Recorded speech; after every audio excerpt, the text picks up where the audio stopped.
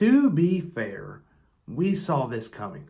When Elliott turned Hamlin in the middle of the Coca-Cola 600 this past Monday into the outside retaining wall, it gave us fans flashbacks to last year in Vegas, where we saw the 5 car of Kyle Larson pushing the 23 car Bubba Wallace up the track, which he was racing at 45. It pushed him into the wall, and Bubba decided to retaliate and turn the 5 in the middle of the front stretch and hit the outside retaining wall, which was a very vicious hit. And NASCAR didn't play around, and they suspended for Bubba Wallace for 1 race, and he missed out Homestead, and we saw John Hunter Nemechek getting the opportunity there. And we assumed Elliott, he obviously did the same thing, and that he was going to get suspended, and he did. And the biggest takeaway of this all is going to be Elliott did not have a good outing in Charlotte. He's going to miss Gateway. He's going to lose more points. And the more points he loses, he's going to be pretty much in a must-win situation, because at the moment, heading into Charlotte, I thought there was a slim possibility that he can point his way in. But now, for him having a bad outing in Charlotte and missing Gateway, is making it a must-win situation for Chase Elliott and that 9 team. But the biggest winner of this whole weekend, or from this situation, is going to be driver Corey Lajoie.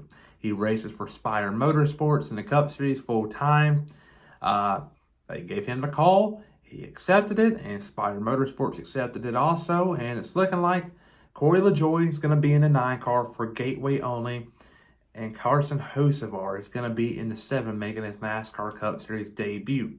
I'm just putting two and two together because Hocevar went on Spire's thing and did a little emoji kind of expressing he was excited for it. So you put 2 and 2 together, you think Hocevar will race at Gateway. A track he did somewhat well in last year in the trucks, but at the end he was taken out by a wreck where he ultimately broke his leg. And the following week he came out to Sonoma and took the pole. I'm telling you folks, Carson Hocevar is going to do a phenomenal job, but so will Corey Lajoie.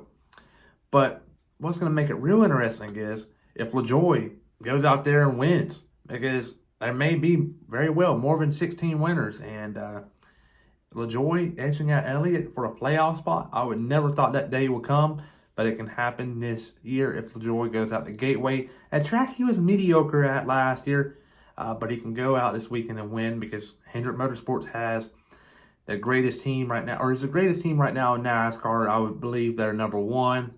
Number 2 is going to be Joe Gibbs. They're starting to heat up in 2311 racing and Trackhouse and so forth. But it's going to be a very fun weekend, but we all expected this to happen. I'm glad NASCAR is being consistent here because last year we were very harshly on them, and so at the beginning of the year we were harsh. But everybody though, please like and subscribe and comment down below on what you think about this whole situation. Do you think NASCAR did the right thing, or was it a little bit overboard and they made the wrong decision? Comment down below. I'll respond. Everybody have a great day. I'll see you guys tomorrow.